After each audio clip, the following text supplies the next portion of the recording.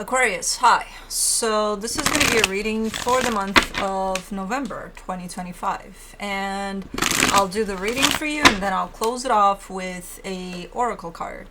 And these are general readings, so they may not resonate for all of you. If they do, there is an extended.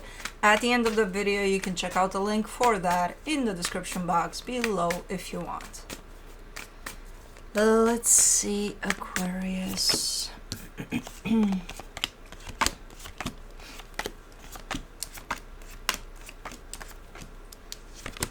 The overall energy for the reading, the chariot. What am I getting? Like, I'm getting movement forward. Initially, it jumped in as fast movement, but then I'm not feeling it super fast. I think it's just a very determined type of a force to it. Things are moving. Things are kind of going, by the looks of it, the way they should, according to this energy. But let's take a look at the reading. Starting off the reading, you get the King of Swords crossed by the Four of Wands. All right, so you're showing me a commitment here, and you're showing me, your energy seems to be quite clear in terms of what you're putting into this commitment, where you stand as far as this commitment goes, and things like that. So you show up with a lot of clarity over this commitment.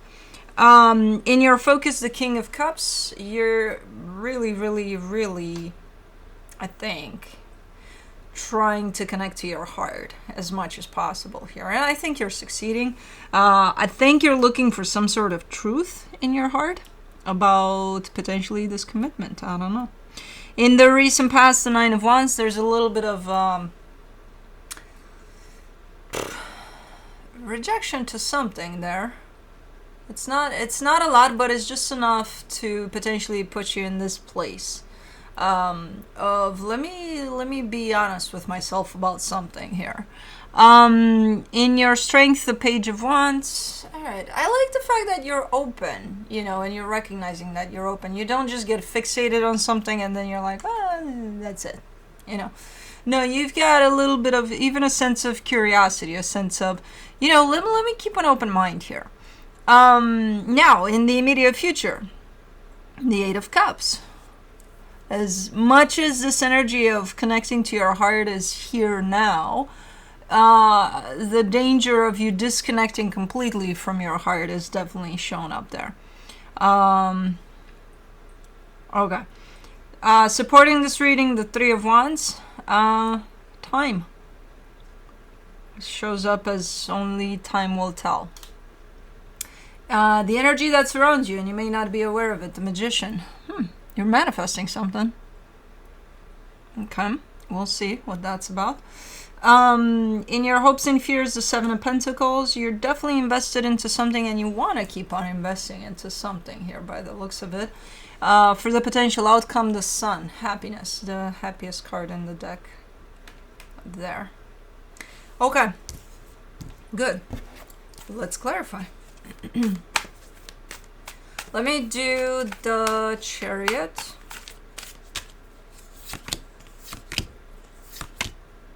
That's why I got fast movement, because of this energy. Six of Wands, King of Wands, the Hangman.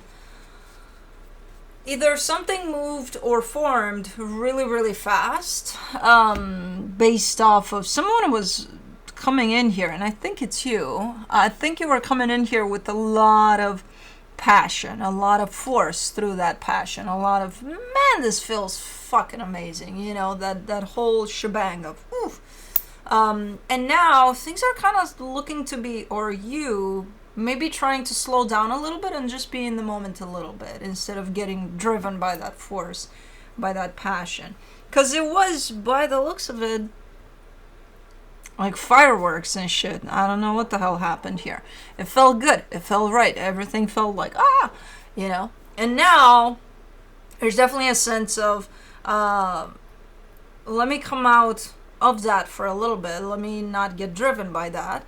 And let me just be in the moment. Let's see what's happening if and that's why probably you're connecting to your heart a lot, because that would keep you in the moment. So you're more present with what is rather than being led by your own passion for something here. Both energies are good. Yeah, when the passion gets, you know, a little too much, it can get very tricky. But for the King of Swords, you get the Three of Wands, the High Priestess, the Eight of Cups. Yeah, you feel a little disconnected from your intuition here. Why do you think they do that? Why do you think... And that. There's plenty of space behind me, right? If they come through here, they could go through here, right there. But why do you think they choose to... Hold on, she's got something in her tail. Hold on, baby girl. Since you came here, what do you think? I'm going to just let you sleep? We're going to play with your tail. Okay. Anyways, it seems like you felt a little disconnected from your intuition, especially for a minute. And you are the one that's recognizing that. You are the one that's saying, okay, you know, I'm clear-minded. I like where things are at. I like this, that, and the other. Like, you recognize that for the most part, things are okay. You feel a little bit of disconnection from yourself, though, for some reason. And I think that's probably what led you in this place of slowing down a little bit and getting more in touch with your heart. You are showing me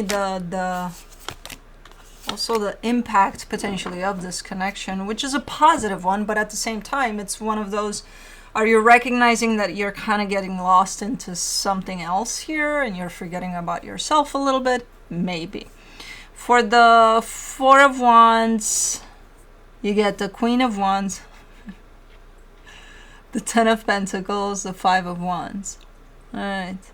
Yeah, as far as this connection goes, whatever this is for you, it seems like you kind of carry the same goals. You're heading kind of in the same direction. I say kind of because it doesn't look like it's the same, even though I think it is.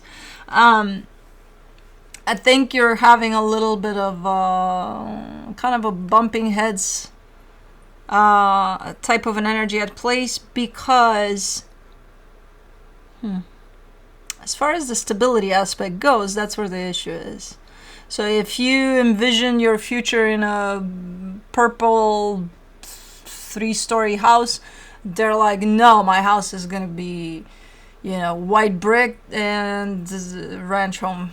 1 level, 2 tops, you know, type of a thing. So it's like stuff like that can definitely be worked on as an energy for that stability. That's what I'm saying. I'm kind of seeing the same thing. You want the same things. It's just the fucking color of the house that differs, or, you know, okay, the levels. You can probably compromise on that. You know what I mean? So it's not the end of the world here with that, but there seems to be a little friction there when it comes to that aspect of, you know, long-term stability.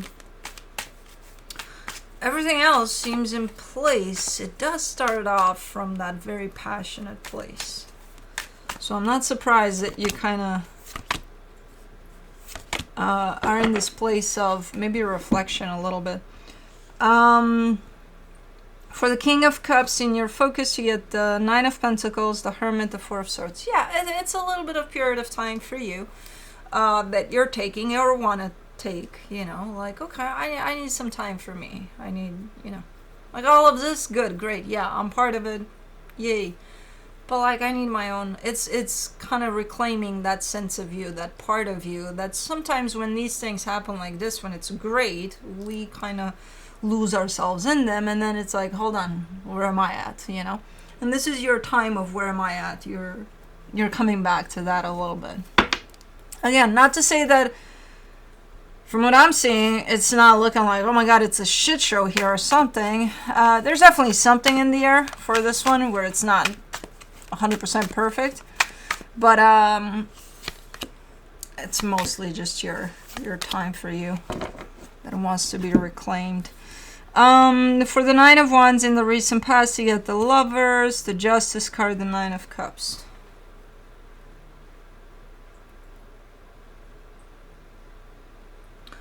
It kind of seems from the get-go that you wanted to keep a little bit of separation here, a little bit of, identity loss type of a thing, through like being scared of that aspect in itself, being scared that if you do commit to someone or even something, I don't know what we're talking about here, it almost looks like from the get-go your idea is to not get lost completely in that, to not get identified through that, to still have that little sense of you, who you are versus who you are within this situation, which are two different things. And I think you kind of slipped away from that intention for a little bit, and now you're coming back to it. Like, okay, I need my little corner of independence. God damn it.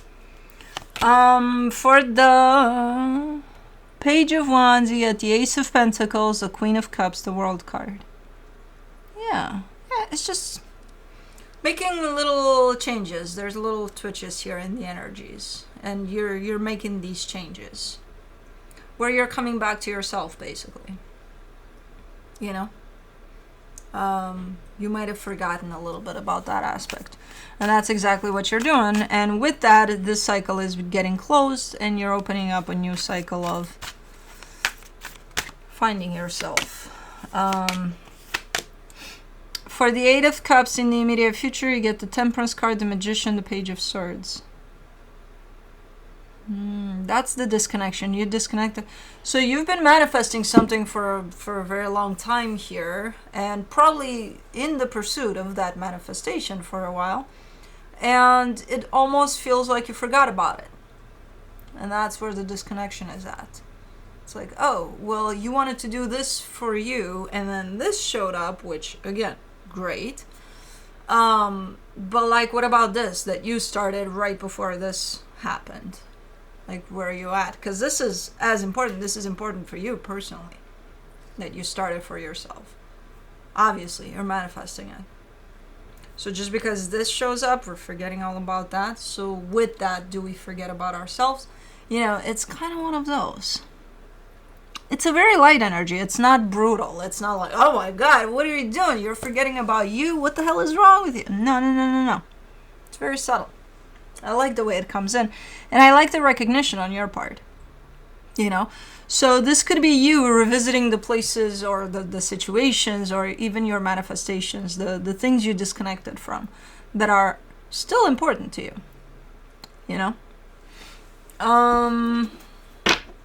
Let's do the Three of Wands in the supportive energies. For the Three of Wands, you get the Emperor, the Nine of Wands, the Seven of Swords.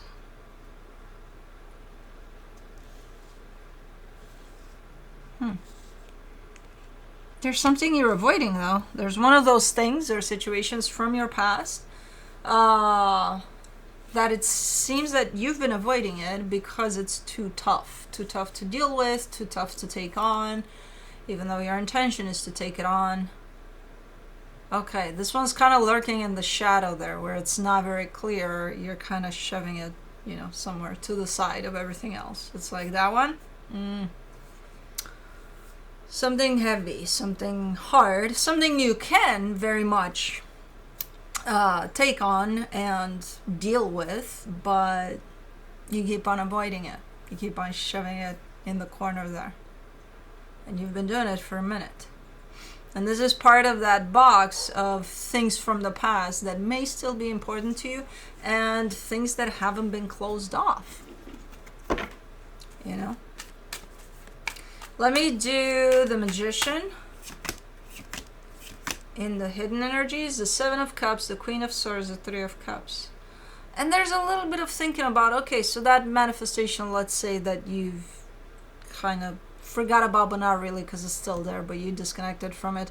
It seems like you're kind of wanting to bring that back on, but this time around you may want to include whatever this energy is of this commitment.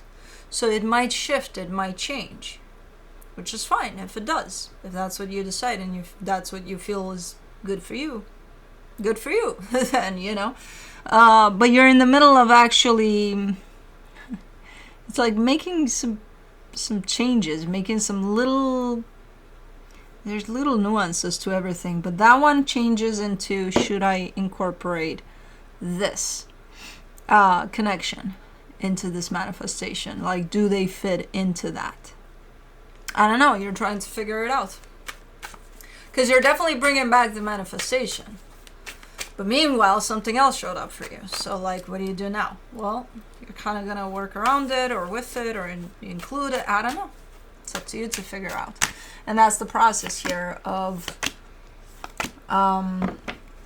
recalibrating your manifestation, basically. For the Seven of Pentacles, in your hopes and fears, you get the Fool, the Death card, the Page of Wands. See, that's kind of the attitude that I recognize for you, usually. The... man, and it was right there and it slipped. Make it or break it. Type of an attitude. You are working on something physically right now. You're investing into something, and you're definitely your mindset around that is make it or break it. It's giving it all or giving it nothing. That's the idea. That's the intention that you have over it. Now, you're not showing up with either one of those. With neither make it nor break it. You know, you're showing up for it, yes, but not under those energies, even though that's the intention. And I think the reason that you're not doing that and you're kind of taking it easy at this moment in time, it's because you're trying to figure some things out. I think the energy is subtly kind of moving for you in terms of what you have, what you're kind of putting together to include what you have, you know, a little bit of restructuring in energies. And I think you're doing a good job with keeping up with it, you know, because your attitude would definitely be making it or breaking it, you know. And with this subtle type of an energy, it's like, I don't know if that works, you know. But you're not applying that. It's there as an idea, but you're still taking it easy. You know, like you've got a sense for the flow of what's going on and you're keeping up with it. Hold on, we got the Sun for the potential outcome. For the Sun and the potential outcome, you get the King of Swords, the Knight of Pentacles, the Hierophant. Yeah, everything is going to be better than fine here. You just have to... What you're doing right now is incorporating certain things that showed up along the way. When you started this journey, whatever this journey is for you, that includes a lot of healing, by the way. I think some things showed up along the way for you. And you probably worked with those, you navigated through those things, through those situations. There's people here that showed up apparently too. And right now it's kind of like, okay, let's clean up, let's see what's left. You know, we're only going to keep the good stuff. And that's basically what you're doing. And at the end of it all, there's happiness, there's, you know, stability, happiness, good things happening. Really, really nicely put together things that you're putting together here. And I'm loving that I'm seeing your attitude of making it or breaking it in there, but it's not used and abused. It's there in case you need it. But it's like, for the most part, you're just kind of, you know, molding around the actual vibe of what's going on. So I'm loving that. Let's see what the universe has. The Ten of Wands, the Two of Swords, the Hangman. And you're telling me it's goddamn hard. I know it's hard, especially with that intention of, I know you, chop chop. This is not chop chop. This is well, it's a mild, subtle, pretty interesting chop chop. It's still you, but at a different level. And underneath it all, I see it's hard. It's hard. Because basically what you're doing is being in the present. And that's what allows you to pay attention to the flow of things and not jump the gun or, you know, things like that. But it is hard. It is difficult. It's very difficult. And you're definitely saying that here. But you're doing it. Let's see into the Lonely Woods Oracle.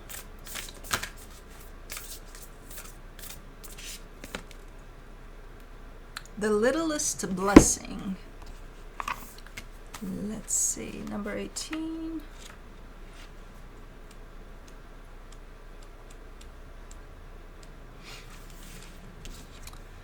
There is a little good fortune right at your fingertips. It is sweet and small, but it is a blessing that will see your energy open up to receive even more of the same. Destiny wishes you to be content, to feel loved, and to see the wonder in every small thing this day. Look about you, for right there in the smallest of places are the blessings you have been yearning for yet missing.